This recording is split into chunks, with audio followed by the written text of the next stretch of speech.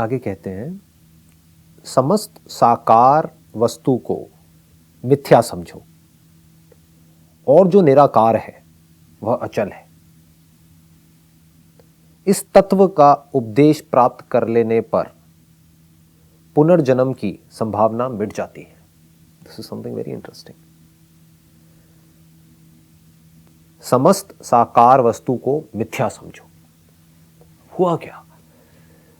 एक तरफ कहा गया है स्क्रिप्चर्स में, वेदांत में एक तरफ कहा गया है ब्रह्म सत्यम जगत मिथ्या, और दूसरी तरफ क्या कहा गया है? अहम ब्रह्मस्मि। और क्या कहा गया है इसके अलावा स्क्रिप्चर्स में? ओम इत्येतद अक्षरम इदम सर्वम, मतलब कि जो ब्रह्म है, जो अक्षर है, वो ही सब कुछ है। तो अब इन दोनों में से क्या सच है? लोग कंफ्यूज्ड हो गए। किसी ने इसको पकड़ लिया, किसी ने उसको पकड़ लिया, लेकिन समझा ही नहीं कि इसका मतलब क्या है। एक तरफ कहा जा रहा है कि जो ब्रह्म है वो सत्यम है, वो सत्य है, और जो जगत है वो मिथ्या है, वो सब माया है। और दूसरी तरफ क्या कहा जा रहा है कि जगत भी ब्रह्म ही है। तो अगर जगत मिथ्या है तो ब्रह्म भी मिथ्या हो गया। समझ गए? इसको बोलते हैं गलत तरीके से चीजों को समझना। तो बहुत लोगों ने क्या बोलना शुरू कर दिया कि ब्रह्म भी मिथ्या है, ब्रह्म है ही नहीं, क्योंकि इसके बारे में तो किसी ने बात ही नहीं करी। साउंड ऑफ साइलेंस के बारे में तो किसी ने बात ही नहीं करी आज तक पास्ट में। तो लोगों ने क्या कहा कि ब्रह्म नाम की कोई चीज है ही नहीं, ऐसी कोई वस्तु है ही नहीं, ऐसा कोई तत्व है ही नहीं। जब जगत मिथ्या तो ब्रह्म भी मिथ्या। शून्यता, एम्प्टीनेस, जो बुद्धिज्म में गलती हुई है बहुत बड़ी। दे टॉक अबाउट एम्प्टीनेस, कि कहीं भी कुछ भी नहीं है, सब कुछ खाली है, ऐसा कोई सब्सटेंस है ही नहीं, ऐसी कोई रियलिटी है ही नहीं। अगर ये जगत मिथ्या तो वो भी मिथ्या। मतलब तीन अलग अलग मत है। एक क्या कहते हैं कि जगत ही सच है, भगवान और ये वो परमात्मा, आत्मा, ब्रह्म, ये सब बेकार की बातें हैं। These kind of people you can call them as materialistic. दूसरे क्या है जो कहेंगे हाँ बस सिर्फ ब्रह्म ही सत्य है, बाकी ये सब असत है। तो वो क्या करेंगे? वो छोड़ छाड़ के भागेंगे, वो भगोड़े मिलेंगे आपको, डर करके भाग रहे हैं। तो मिथ्या है तो उससे डर के भाग क्यों रहे हो? बट कभी समझा ही नहीं। जो मिथ्या है उससे डर करके क्यों भाग रहे हो? ब्रह्म सत्यम है। कौन है ब्रह्म? अहम ब्रह्मस्मि। तो आप ब्रह्म हो, आप रियल हो। अगर ये दुनिया अनरियल है तो क्यों भाग रहे हो? कहां भाग रहे हो? कहां जा रहे हो? जहां जा रहे हो वो अनरियल नहीं है क्या? तो वो भी लोग नहीं समझ पाए। और क्या हुआ? लोगों ने इस तरीके से इक्वेशंस निकाली और कहा कि जगत भी मिथ्या है। तो ये तीसरा एक मत है, जगत भी मिथ्या है और ब्रह्म भी मिथ्या है, दोनों ही मिथ्या है। जबकि अब किस कॉन्टेक्स्ट में कहा गया है इसको समझना पड़ेगा। यहां पर बड़े क्लियर तरीके से कहा गया है, समस्त साकार वस्तु को मिथ्या समझो। What do we mean by मिथ्या? अगर यहां पर एक लकड़ी की टेबल पड़ी हुई है तो आप क्या कहोगे? यहां पर टेबल है या नहीं है? पूरी दुनिया ये कहेगी हाँ यहां पर टेबल है। टेबल को मैंने उल्टा कर दिया, अब क्या कहोगे? अब वो क्या बन गया? एक बॉक्स बन गया ना। जब सीधी रखी तो वो टेबल लग रही है, उल्टी कर दी तो वो अब वो क्या है? बॉक्स है। तो क्या बॉक्स सच है या टेबल सच है? क्या वो बॉक्स है या टेबल है? ना वो बॉक्स है ना वो टेबल है, वो लकड़ी है। तो मिथ्या क्या है? जो भी कुछ इस दुनिया के बारे में हम कह रहे हैं, बोल रहे हैं, सोच रहे हैं, वो सब मिथ्या है। क्यों? क्योंकि है कुछ और, उसको हम बोल कुछ और रहे हैं। है लकड़ी, बोल टेबल रहे हैं। बोल टेबल रहे हैं, इसमें कोई प्रॉब्लम नहीं है। उसको टेबल समझ रहे हैं, ये प्रॉब्लम है। इस बॉडी को बॉडी बोल रहे हैं, ये प्रॉब्लम नहीं है। बट खुद को बॉडी समझ रहे हैं, ये प्रॉब्लम है। तो समस्त साकार वस्तु को मिथ्या समझो और जो निराकार है वह अचल है। अचल मतलब वो जो कहीं आता जाता नहीं है, जैसे लहरें आती जाती हैं। अगर इसको लहरों के एग्जाम्पल से आप समझो तो समस्त साकार वस्तु को मतलब कि एक समुद्र में बुलबुले हैं, लहरें हैं, अलग अलग तरह की फॉर्म्स हैं, तो सबको मिथ्या समझो। तो क्या कहा जा रहा है यहां पर? जो उसकी फॉर्म्स हैं उसको हम अलग अलग नाम दे रहे हैं, लेकिन ये सब मिथ्या है, क्योंकि इसका अपने आप में कोई एग्जिस्टेंस नहीं है। जो एग्जिस्टेंस है वो सिर्फ पानी का है। लहर है तो लहर को छू के दिखाओ, लहर को देख करके दिखाओ। देखोगे तो पानी को देख रहे हो, छू रहे हो पानी को छू रहे हो, बोल लह रहे हो। अगर बोल रहे हो लहर कि ठीक है, उसकी एक फॉर्म है, उसका नाम लहर है, विच इज ओके, बट पानी के बारे में आपको कुछ अता पता ही नहीं है, ये प्रॉब्लम है। इसको अज्ञान बोलते हैं। तो यहां पर क्या है, एक साकार है और एक निराकार है। तो ब्रह्म सत्यम जगत मिथ्या का मतलब क्या? जगत मतलब क्या? जो नाम रूप है उसको जगत बोलते हैं। तो इसको आप मिथ्या समझो, बस सिर्फ समझना है, कुछ करना नहीं है। लोगों ने समझा नहीं, करना शुरू कर दिया। मिथ्या है तो या तो उसे डर करके भाग रहे हैं या उल्टी सीधी उसके बारे में बातें कर रहे हैं। सिर्फ समझ का खेल है और कुछ नहीं है। जैसे अपनी खुद की परछाई दिख रही है शीशे के अंदर, वो क्या कह रहे हैं, उसको मिथ्या समझो। आप शीशे में नहीं हो, आप बाहर हो, लेकिन आपको लग रहा है कि मैं अंदर हूं। और जो निराकार है वह अचल है, मतलब कि जो आकार है वो आते जाते हैं, लहरें आती जाती हैं, बनती है, मिटती है, बड़ी है लहर, छोटी है लहर, अच्छी है लहर, बुरी है लहर। ये सब जो एट्रीब्यूट्स हैं वो सब लहर से रिलेटेड है। पानी जो है वो अचल है। स्पेस मूव नहीं होता है, स्पेस में जो कुछ है वो सब मूव हो रहा है, स्पेस अचल है। इस तत्व का उपदेश प्राप्त कर लेने पर पुनर्जन्म की संभावना मिट जाती है। अगर इसको हम अच्छे से समझ जाएं, ये जो तत्व है, इसको एक्सपीरियंस कर लिया, इसका हमको बोध हो गया और पूरी तरह से हमको समझ आ गया, बारीकी से समझ आ गया, तो वहां पर पुनर्जन्म की कोई संभावना नहीं है। इसका लोगों ने क्या मतलब निकाला कि अच्छा, पुनर्जन्म की संभावना नहीं है, मतलब कि इसका मतलब पुनर्जन्म होता है, अब पुनर्जन्म नहीं होगा। क्योंकि डीपली समझते नहीं है। यहां पर क्या कहा जा रहा है, पुनर्जन्म की संभावना मिट जाती है। सिर्फ संभावना ही है। संभावना मतलब संभाव, आप एक भाव के साथ में एक हो गए हो। भाव मतलब वो जो सच नहीं है, एक भावना है। ये मेरा पति है, ये आपका पति, what do you mean by that? ये एक भावना ही है बस, और कुछ नहीं है। वो आपका पति नहीं है, वो एक बॉडी है जो कि इंस्ट्रूमेंट के जैसी है, जो बिल्कुल आपकी बॉडी के जैसी है, जो इन 5 एलिमेंट्स की बनी है। तो एक भावना ही तो है, मेरा पति है। इस भावना की वजह से आप सुखी और दुखी हो रहे हो। अगर ये भावना ना हो तो सुख दुख होना पॉसिबल ही नहीं है। वो बॉडी रहे मिटे, क्या फर्क पड़ता है? मेरा पति, ये क्या है? एक भावना ही तो है। तो ऐसे ही पुनर्जन्म ये कोई रियलिटी नहीं है, ये सिर्फ एक भावना है। तो ये भावना मिट जाती है। संभावना मतलब भावना के साथ आप एक हुए पड़े हो।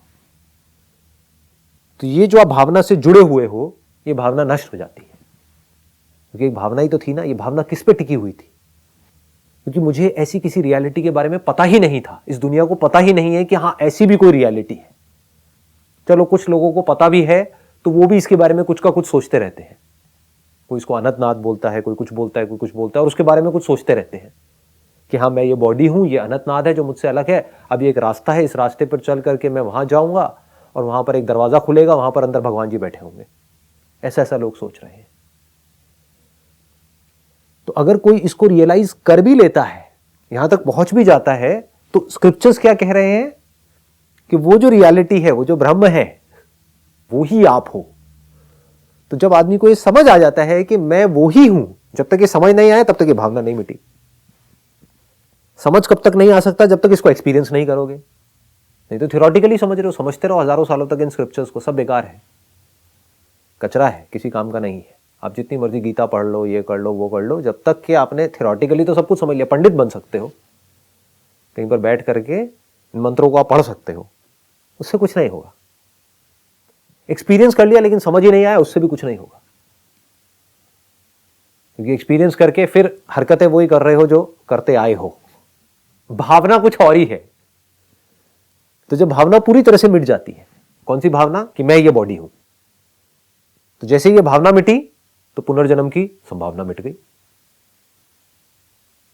लोगों के अंदर 2 तरह की भावना है। अगर ये दोनों पूरी तरह से मिट जाए तो समझ जाओ कि अब आप इस पूरे खेल को समझ गए हो। वो क्या है? पहला ये कि मैं ये बॉडी हूं। दूसरा ये, जैसे ही कोई स्पिरिचुअल पाथ पे आता है, थोड़े से पढ़ता है, गीता पढ़ा, ये पढ़ा, वो पढ़ा, तो क्या बोलने लग जाते हैं कि नहीं नहीं, मैं ये बॉडी नहीं हूं, मैं तो आत्मा हूं, मैं तो जीव आत्मा हूं। अब मुझे अच्छे कर्म करने हैं तो मुझे स्वर्ग मिलेगा, बुरे कर्म करूंगा तो मुझे नरक मिलेगा। आदमी वहां जाकर के फंस जाता है। सिर्फ ये भावना मिथ्या नहीं है कि आप ये बॉडी हो, ये भी भावना मिथ्या है कि आप एक जीव हो। दोनों ही मिथ्या है। ये जीव जो भाव है आपका, ये किस पे टिका हुआ है? मेमोरी पे ही तो टिका हुआ है। वो मेमोरी किस पे टिकी हुई है? इस बॉडी पे टिकी हुई है। तो जब आप बॉडी नहीं हो तो उसके अंदर जो मेमोरी पड़ी हुई है वो आप कैसे हो सकते हो? समझे? जीव क्या है? मेमोरी है जो पड़ी हुई है। मेमोरी को निकाल दो, कहाँ है जीव? कहाँ है ये कॉन्सेप्ट्स? कहाँ है स्वर्ग नर्क? कहाँ है कि मेरा पुनर्जन्म होगा? ये सारा कुछ मेमोरी में पड़ा हुआ है। ये मेमोरी कहाँ पड़ी हुई है? इस बॉडी में पड़ी हुई है। तो अगर आप ये बॉडी ही नहीं हो तो इस बॉडी में पड़ी हुई मेमोरी आप कैसे हो सकते हो? Memory is inert. जैसे हार्ड डिस्क इनर्ट है, ऐसे ही हार्ड डिस्क में जो इंफॉर्मेशन पड़ी हुई है वो भी इनर्ट है। एक सॉफ्टवेयर है, एक हार्डवेयर है, एक सूक्ष्म है, एक स्थूल है। लेकिन स्थूल भी मिथ्या है, सूक्ष्म भी मिथ्या है। दोनों का जो सोर्स है वो मैं हूं, और जो सोर्स है वो अनटच्ड है इन दोनों से। इस तत्व का उपदेश प्राप्त कर लेने पर पुनर्जन्म की संभावना मिट जाती है, पूरी तरह से मिट जाती है। इसका मतलब ये नहीं है कि आपका पुनर्जन्म होने वाला था अगर आप ये नहीं समझते तो, या फिर इस साउंड ऑफ साइलेंस को रियलाइज नहीं करते तो अब आपको एक दूसरी बॉडी मिलती, वहां पर आप पैदा होते अपने कर्मों के हिसाब से। सब मिथ्या है। पुनर्जन्म सिर्फ एक भाव है, not a reality. It is just a thought. मतलब कि थॉट पे जो भी कुछ टिका हुआ था, जो भी आप सोच रहे थे कि मैं बंधन में हूं, मुझे मुक्त होना है, पहले मैं ये था, इस बॉडी से पहले मेरे पास में वो बॉडी थी, अब मैं उस घर में था, अब मेरा इसके बाद में ये होगा, मैंने बड़े बुरे कर्म करे हैं, अब मुझे जानवर की योनियां मिलेंगी, ये इतनी सारी योनियां होती हैं। सब इमेजिनेशंस हैं जो थॉट पे टिकी है। सब ढह जाता है तो ये संभावना मिट जाती है। पुनर्जन्म का मतलब क्या है? रीबर्थ। रीबर्थ होने के लिए डेथ होना जरूरी है। तो जब मेरी डेथ हो ही नहीं सकती तो बर्थ कैसे होगा? जिसकी डेथ नहीं हो सकती, अगर डेथ झूठ तो बर्थ भी झूठ, बर्थ झूठ तो रीबर्थ भी झूठ। सब कुछ ढह जाता है, सारा झूठ हमारे सामने खुल जाता है। फिर हमें हंसी आती है। अब कैसे डरोगे? चाहोगे भी तो कैसे डरोगे? डरो। मैं पैदा हुआ हूं तो मैं मरूं ना। जो कुछ दिखता है वो पैदा होता है, मरता है, लेकिन जो दिखता है क्या वो पैदा होता है, वो मरता है? जो दिखता है वो बदलता है, लेकिन क्या जो देखता है वो बदलता है? क्या किसी को भी देखने वाले के बदलने का एक्सपीरियंस होता है? उसकी आई साइट खराब होती है एज के साथ साथ में। साइट खराब होती है क्या? साइट खराब नहीं होती, आई साइट खराब होती है। मतलब आईज खराब हो रही है, साइट खराब नहीं हो रही है। किसी को भी अपने बूढ़े होने का एक्सपीरियंस नहीं होता है, किसी को भी अपने मरने का एक्सपीरियंस नहीं होता है, किसी को भी अपने पैदा होने का एक्सपीरियंस नहीं होता है। सिर्फ एक भावना है, आपको बता दिया जाता है और आप वैसी भावना बना लेते हो। सिर्फ एक भावना है। ऐसे ही पुनर्जन्म सिर्फ एक भावना है। मैं पैदा हुआ हूं, ये सिर्फ एक भावना है। बॉडी पैदा हुई है, हाँ ठीक है। इंस्ट्रूमेंट पैदा हुआ है, हाँ ठीक है। मैं पैदा हुआ हूं, मैं मतलब कॉन्शियसनेस पैदा हो रही है क्या? तो सिर्फ यही भावना नहीं मिटती है पुनर्जन्म की, सारी भावनाएं मिट जाती है। इसको नोशंस बोलते हैं। These are wrong notions. तो सारे जो नोशंस हैं ये सिर्फ नोशंस हैं। नोशंस में और रियलिटी में फर्क क्या है? रियलिटी यही है, हमारे सामने है। जो है वो रियलिटी है, जो हमारे एक्सपीरियंस में है वो एक रियलिटी है, जिसको हमने कभी एक्सपीरियंस ही नहीं किया है फिर भी मान रहे हैं, वो सब नोशंस है। हमने एक्सपीरियंस नहीं किया है, बस किसी से सुन लिया है कि हाँ उसका रीबर्थ हुआ था, तो सिर्फ सुना है। वो जो बोल रहा है अपने रीबर्थ के बारे में, वो किस बेस पर बोल रहा है, उसके पीछे उसका क्या मोटिव है, वो हमें नहीं पता है, बस हम मान रहे हैं। मीडिया ने किसी आदमी के बारे में कुछ बोल दिया तो मान रहे हैं कि हाँ वो बहुत बुरा आदमी है, हमें पता नहीं है। मीडिया ने एक इमेज बना दी किसी आदमी की, ये बड़ा अच्छा पॉलिटिशियन है, तो मान रहे हैं कि हाँ वो एक बहुत अच्छा पॉलिटिशियन है, तो मान रहे हैं और बड़े कॉन्फिडेंस से मान रहे हैं। ऐसे मान रहे हैं जैसे हमें पता है। पता नहीं है, सिर्फ एक नोशन है, उस नोशन को पकड़ करके हम एक्साइटेड हो रहे हैं। ऐसे ये नोशंस है जो सब हमारे दिमाग के अंदर भर दिए गए हैं, तरह तरह के नोशंस। तो सारे नोशंस टूट जाते हैं, जैसे ज्ञान हो जाता है, आत्मज्ञान हो जाता है। जैसे ही हमें समझ आ जाता है कि मैं कौन हूं, तो वहां पर पैदा होना, मरना, बदलना सब ढह जाता है। सिर्फ पीसफुल एग्जिस्टेंस जो है मेरी, वो बची रह जाती है, untouched by everything and all notions, all ideas, all concepts, free from everything.